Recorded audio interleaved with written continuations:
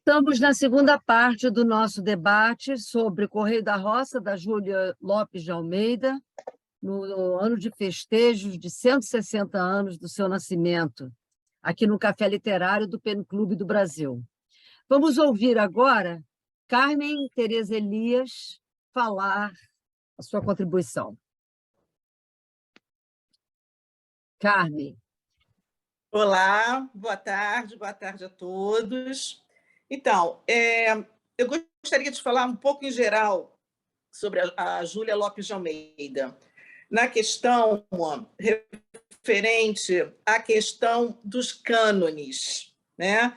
E a questão do silenciamento histórico das vozes femininas, porque elas foram, e até ainda são, né, propositalmente apagadas dos cânones que regem os estudos de literatura, né? A determinação dos cânones no meio acadêmico ele é, há décadas, marcada pelas estruturas dos escritores, pelas estruturas patriarcais, né? A Júlia Lopes de Almeida ela teve uma participação importantíssima como fundadora da ABL, como uma pessoa ativa, participativa, como uma mulher que deveria estar ali consagrada como um dos membros fundadores da ABL. E o nome dela simplesmente não constou dessa lista. E aí eu me pergunto por que o nome do marido dela foi condecorado e ela não. Essa pergunta eu acho que não pode ser silenciada, do mesmo modo que a voz feminina foi silenciada até 1977, quando a Raquel de Queiroz conseguiu entrar já sob um feminismo já muito mais desenvolvido, né? Foi citada aí a questão do feminismo. A gente tem que ver que dentro de um discurso acadêmico, né, você tem que trabalhar também a questão histórica, como é que uma literatura feminina conseguiu se desenvolver dentro dessa estrutura patriarcal que toma conta do contexto literário, tá? Então, uma das, vamos dizer assim, das facetas, né, da investigação da voz feminina é a evolução dessa voz feminina historicamente, através dos tempos. Como a gente viu, pegou lá a Jane Austen, que foi citada. Eu falei na época da Jane Austen, é cansativo para mim ler Jane Austen, mas historicamente é importante. Do mesmo modo, a Júlia Lopes de Almeida tem que ser colocada nessa trajetória histórica.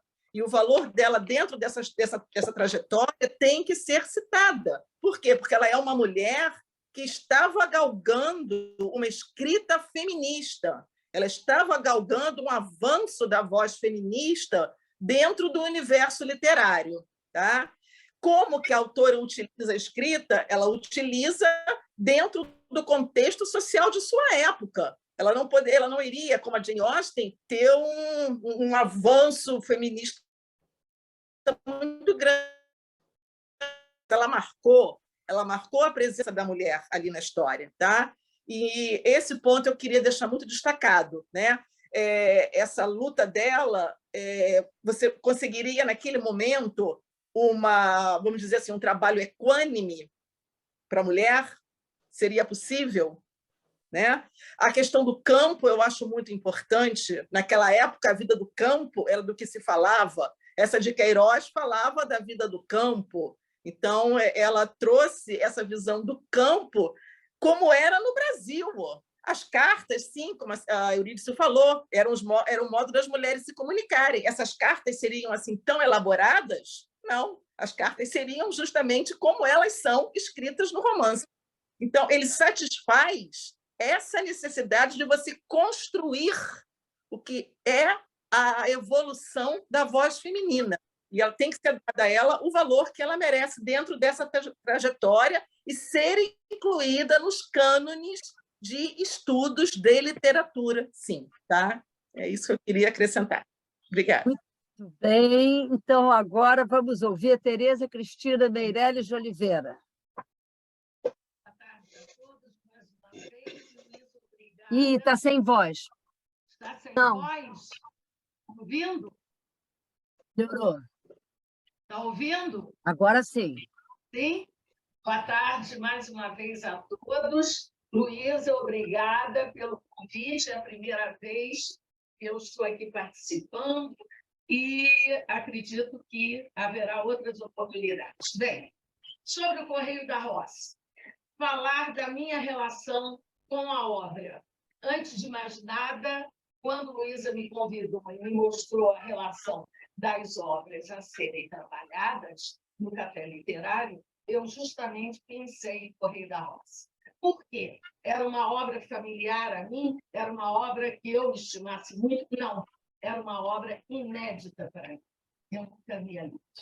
E me despertou a curiosidade. E devo dizer a vocês que essa curiosidade aumentou. Depois que eu terminei de ler a obra toda, me debrucei e me perguntei, será só isso? E voltei ao início e li novamente a obra. Muito bem. Acho que devemos, diante, pelo menos é assim que eu penso, diante de toda a obra, ver o contexto que acerta. Você pode aumentar o seu som um pouquinho? Aumentar um pouco o seu som. Está melhor assim? Tá.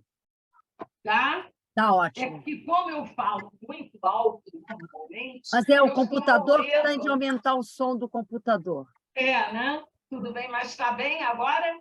Tá melhor. Bem, a primeira edição é de 1913. E me despertou a atenção o seguinte: em 1900, saía publicado Por que me ufano de meu país, do Conde Afonso Celso. E 2 anos mais tarde, 1915, saía O Triste Fim de Policarpo Quaresma, de Lima Barreto. Onde me perguntar o que tem a ver essas duas obras com a obra tão cândida, tão pura, tão inocente de Júlia Lopes de Almeida. Muito. Estamos dentro de um contexto ainda de positivismo, vindo da República, do fim da monarquia. Estamos num contexto de cientificismo. Estamos num contexto de discussão sobre o país, sobre a pátria que estava se reinaugurando. É nesse contexto que Júlia Lopes de Almeida se insere e o livro se insere também. Romance epistolar escrito por uma mulher escritora e um eu que se apresenta como mulher. Esse eu, que é a Fernanda, é o alter ego da autora, obviamente. E, como tal, se apresenta como, aspas, a grande mestra que deve apresentar a outras mulheres a sua voz de autoridade sobre o assunto. E qual é o assunto? Dentro de uma linguagem simplíssima, né? O texto do Correio da Roça é de uma simplicidade que chega a tocar a banalidade, quase. Dentro desse romance, aspas, despretensioso, idílico, ingênuo, eu vejo muita coisa, muita pretensão da Júlia e muito desejo de muita coisa atrás do que ela aparenta. Vejam bem, quando se fala em romance, a teoria diz que nós temos que ter, pelo menos, um romance clássico, né? Um protagonista e um antagonista. Obviamente, de uma maneira geral, o protagonista é Maria e suas filhas. E onde está o antagonista? A situação é tão idílica, tão perfeita, né? Que aparentemente não há algo que tensione. Esse algo existe e é a situação do país. E é contra essa situação que a grande missivista, que é a Fernanda, né, vai lutar contra. Lutar contra uma situação, aspas, para usar bem uma expressão da época, né? Do naturalismo, do realismo, desnaturada do país e do seu povo. Eu falei em linguagem. Se nós formos observar como o povo é tratado, o povo da fazenda, interiorando, chamado capô, e as pessoas da roça, né? Se nós formos pensar, nós vamos ver ali toda uma carga, né? Que hoje nós chamaríamos de politicamente incorreto, né? Incorreta essa linguagem em redor desse povo. Então, quem vem da cidade, quem está na cidade, é que poderia educar esse brasileiro que ficou lá, perdido, sem rumo. Me lembrou também Monteiro Lobato, né? Aquela visão do caboclo abandonado, sem força, anêmico, sem armas para constituir a própria vida. Agora, o romance, para mim, portanto, é um libelo disfarçado. Libelo contra a situação problemática do país da época, libelo contra uma cidade deteriorada, afrancesada, europeizada. Se nós formos também pensar os adjetivos que ela usa, só para vocês verem, ela fala que a cidade teria um cenário deplorável, estúpido e fastidioso, cheio de insipidez. São os substantivos e adjetivos que são usados em relação à cidade. A cidade é falsa, é maledicente, é injusta, é artificial, é superficial. E no campo, nós poderíamos encontrar a possibilidade de paz, felicidade, feitas através de quê? Da honradez e da verdade. Nisso me lembra muito o final de Cândido otimista do nosso velho Voltaire, vamos cuidar do nosso jardim. Ou seja, através do trabalho, através da atitude, da ação do ser humano sobre o seu ambiente, é que teríamos as verdadeiras transformações essas que levariam a uma vida virtuosa e, obviamente, para eles, dentro dessa concepção, uma vida absolutamente feliz. Eu falei que a visão é uma visão empírica. Não há uma mácula nessa sociedade produtiva, alegre, benfazeja, que Júlia nos pinta através de Maria e de suas 4 filhas. E uma observação, eu acho que eu já estou esgotando o meu tempo, que eu gostaria de mencionar. Há, inclusive, uma euforia desmedida, tudo é muito desmedido. A felicidade é desmedida, os acertos são desmedidos, o encontro das virtudes, tudo é desmedido, tudo é perfeito. Não se erra nada, se acerta em tudo. E o mais interessante, eu queria notar 2 coisas, como já foi aí falado. Até aquelas meninas criadas tocando piano, internas no Sion, falando inglês e francês, segundo a mãe, para dançarem diplomatas nos grandes bailes do Flamengo, né? Aquelas meninas vão encontrar, do nada, grandes pretendentes que também são, de cima a baixo, perfeitos. E homens de bem, homens formados, homens do maior caráter. E uma observação se faz. Se nós observarmos, por exemplo, os romances de Alencar, os romances de Machado, os homens da alta burguesia, né, a alta burguesia a qual essas meninas pertenciam, e a mãe também, assim como Fernanda, esses homens eram homens educados em Coimbra, educados na Sorbonne, eram bacharéis em direito, via de regra, eram poetas, pensadores, filósofos. Esses pretendentes, não. Esses príncipes encantados que aparecem em nada são homens de ação.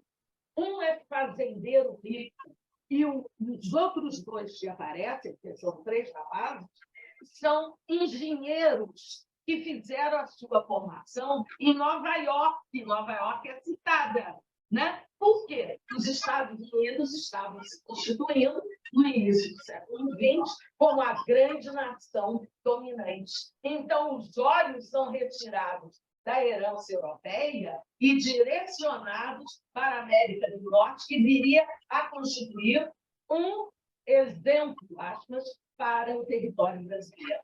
E só para terminar, eu falei em Policarpo Quaresma. Lembrem-se que Lima Barreto trabalha com o campo, né? A questão agrícola. E lembrem-se que naquela insanidade quixotesca do Quaresma, ele quer instituir o Tupi-Guarani como língua nacional.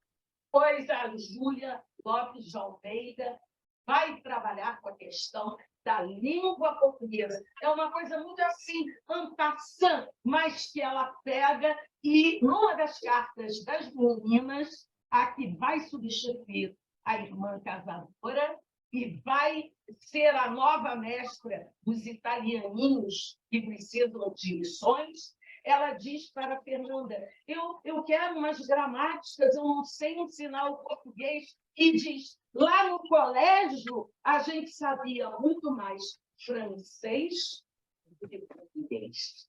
E aí a Fernanda exorta a menina a se debruçar sobre os grandes textos da língua nacional. Então, resumindo... Não, Tereza, está certo. Vou pedir para você... Tá, só a última frase. Resumindo, eu acho que o livro não tem... Quer dizer, aparentemente é um livro ingênuo, é um livro simples, é um livro para moças, coleção, aspas, de moças, mas é um grande libelo a favor do povo brasileiro, a favor da nacionalidade brasileira e da nossa cultura. Muito obrigada. Ainda temos alguns minutos para que todos falem. Temos nessa mesma época o Urupês, né, do Monteiro Lobato, que é um livro que é herdeiro da escravidão e, portanto, coloca toda a culpa nos escravos preguiçosos, brasileiros, portanto, preguiçosos, e lembrando o contraste com o que acontecia com os escritores homens. Em 13, quando ela escreve esse livro, que não é a primeira obra dela, Oswald de Andrade está indo para a Europa para acompanhar o modernismo europeu. E Picasso pinta as Demoiselles d'Avignon em 1910. Então, há um descalabro realmente entre o cânone e um novo cânone que está se esforçando para ser ouvido. Provavelmente, se tivesse tido mais espaço e mais oportunidade, estaria no mesmo nível, mas não poderia jamais fazer uma obra crítica, né? Porque não podia ouvir. Quem ser ouvido? Quem quiser falar, então, ou levanta a mão ou bota a mãozinha. Eurídice. Sim. Pode falar. Querida, é muito interessante a gente também lembrar que esse livro, escrito pela Júlia Lopes, pode ter tido a intenção de atingir determinado leitor, né? Um leitor que talvez não tivesse muita erudição, que não tivesse muita prática de leitura, as mulheres que estavam engatinhando nas suas necessidades, como disse aí a própria obra, e a Tereza lembrou bem, estudavam mais francês do que português. E a Nadilza Moreira, que é uma das primeiras pesquisadoras de Júlia Lopes, ela traz a respeito desse livro numa dissertação, no doutorado dela, que é o doutorado de sanduíche. Ela editou a tese que ela deu o nome de A Condição Feminina Revisitada, Júlia Lopes de Almeida e Kate Chopin. Então, ela diz o seguinte, que a própria Júlia, ela caracterizou esse livro, Correio da Roça, ela falou sobre esse livro, que tem uma autobiografia da Júlia ainda não publicada. Ela disse o seguinte, das minhas obras, a que mais aprecio pelos benefícios que tem espalhado, daí a questão do didatismo, né? É Correio da Roça. Esse livro, contendo ensinamentos e conselhos, dirigido às miúdas, às minhas patrícias, que não conhecem a vida nos campos representa o que de melhor eu tenho escrito. E esse livro foi um dos livros que foram mais editados. Teve várias edições, eu até tenho aqui, mas agora não estou me lembrando quantas realmente teve. Foi um dos livros de maior sucesso dela, mais vendido, mais lido, com certeza. Que tem uma linha junto com o livro das noivas, ensinar como a mulher deve obedecer ao homem, se comportar em casa. É um manual, né? Nunca mais sair com o marido de noite, ficar ao lado do berço. Isso, exatamente. E eu queria ver que a Júlia Lopes, O Livro das Noivas, não é a mesma Júlia Lopes de 1910 a 1920. Ela teve uma pequena mudança de pensamento, que reaparece em 1922. Em 1922, ela faz uma conferência na Argentina, eu tenho esse texto integral, muito interessante, que, ao mesmo tempo que ela bajula aquela sociedade patriarcal, ela valoriza a mulher que se forma e que vai trabalhar fora.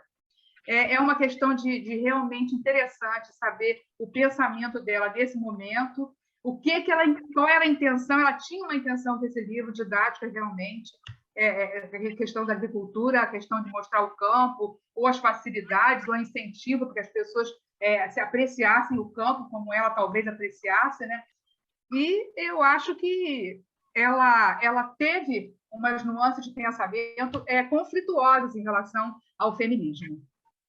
Alquimeno quer falar? Eu não estou... Sim, sim.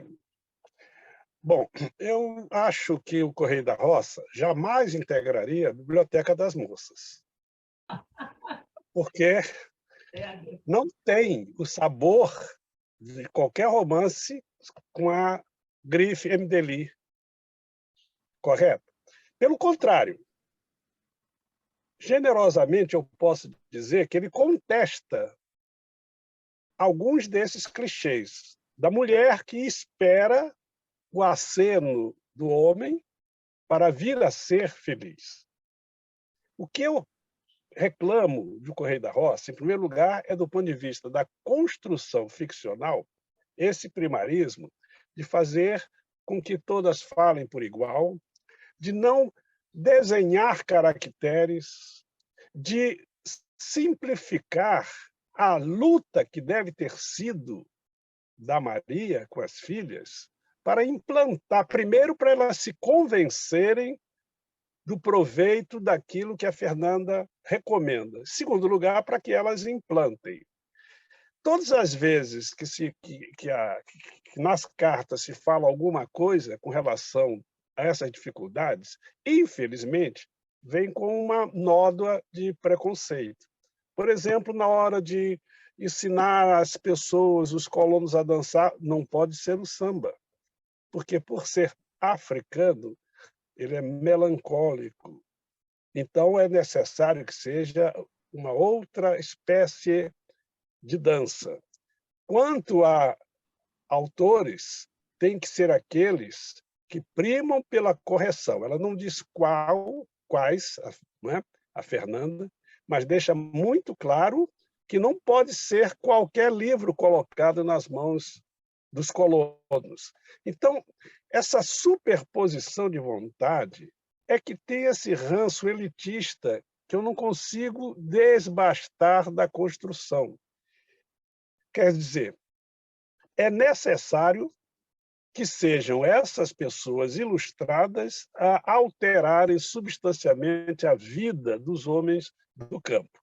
Claro que é necessário, sim, quando se trata de um conhecimento técnico, por exemplo, da engenharia, mas com toda certeza aquela gente tem uma sabedoria empírica que resolve muitos dos problemas, mas não é essa a impressão que fica. Parece que tudo depende desse conhecimento científico, que provém de várias fontes. Ela não tem qualquer preconceito quanto a vir dos Estados Unidos, vir da França, vir da Europa.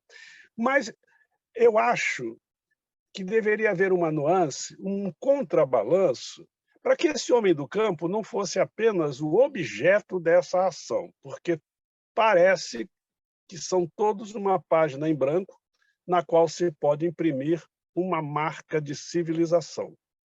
Correto? Nesse sentido, é que eu acho que a obra é falha pelo excesso de didatismo e pela sonegação do que na ficção é muito mais importante, que é o conflito.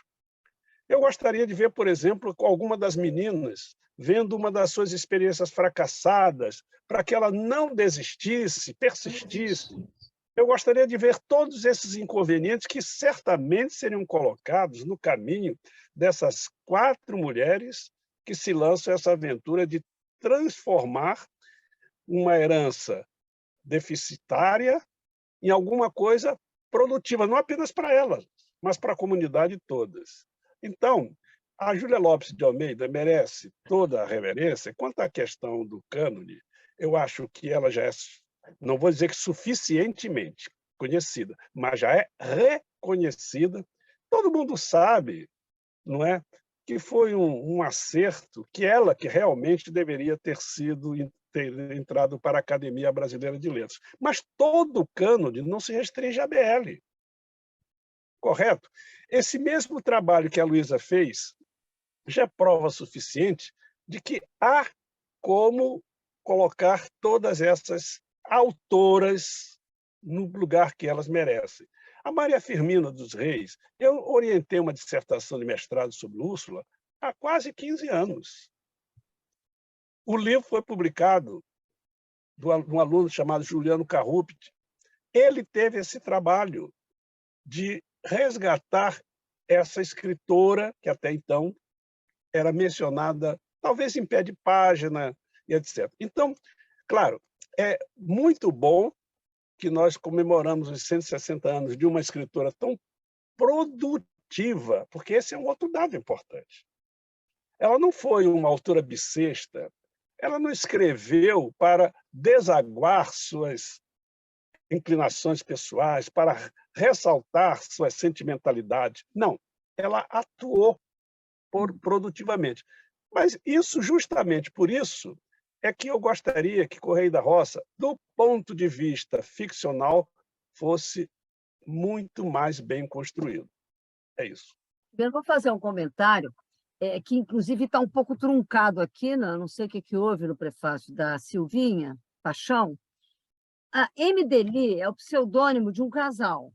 Ele se chama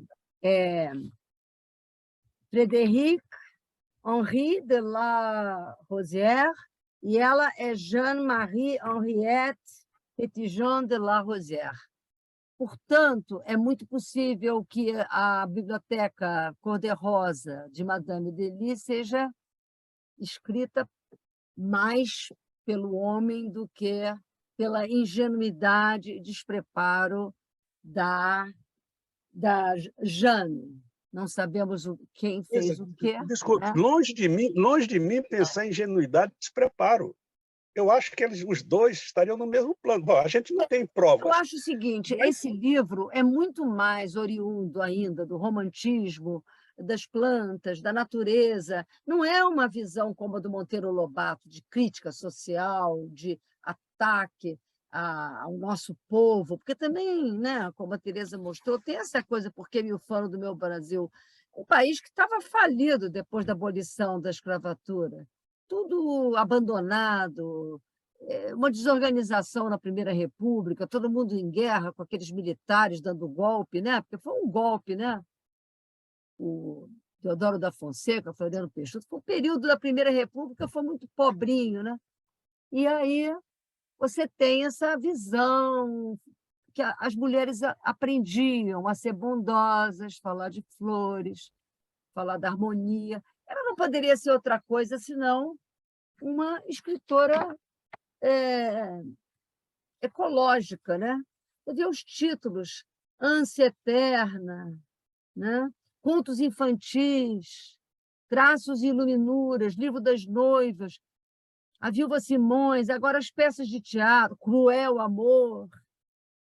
As peças de teatro também são sempre um marido e uma mulher, é muito essa vivência que era possibilitada para as mulheres, né? Eu acho sempre que a cultura acompanha um pouco o que a pessoa vive na sua vida. Não dá para fazer um livro muito arrojado, crítico, como Oswald de Andrade, se você não tem vivência disso, né? ela conseguiu transmitir em literatura o tipo de vida que ensinaram para ela e que ela teve. Mais algum comentário? Luísa, É um tópico muito Luísa e antigo, todos. desculpe, mas você mesmo. Sim. Tereza. Sim, Tereza, então. Tereza. só ela é, como todos nós somos, produto da época. Nós só podemos fazer o que nos é possível. E eu acho que, dentro das possibilidades, veja bem, lendo a biografia dela, ela foi incentivada a escrever e a publicar pelo pai e pelo marido. É uma coisa inusitada para a época. E o que essa mulher escreveu continuamente para a imprensa é também de um profissionalismo, ou seja, ela não era uma escritora bissexta, era uma escritora diária, era uma escritora de luta através dos jornais. Então, eu acho que, apesar desse didatismo, novamente aspas, que o Correio da Roça apresenta, existe uma mensagem muito forte dela por detrás, como diz, que ela não pôde trazer mais à cena, que era impossível para uma mulher. E ela estava dando vozes a mulheres da época, tanto Maria quanto Fernanda. Então, ela foi até onde foi possível. Dali para frente, seria impossível para uma mulher da época dela, da classe social dela, casada com quem ela era casada, apresentar um além dele. Eu acho que ela usou muito o Correio da Roça.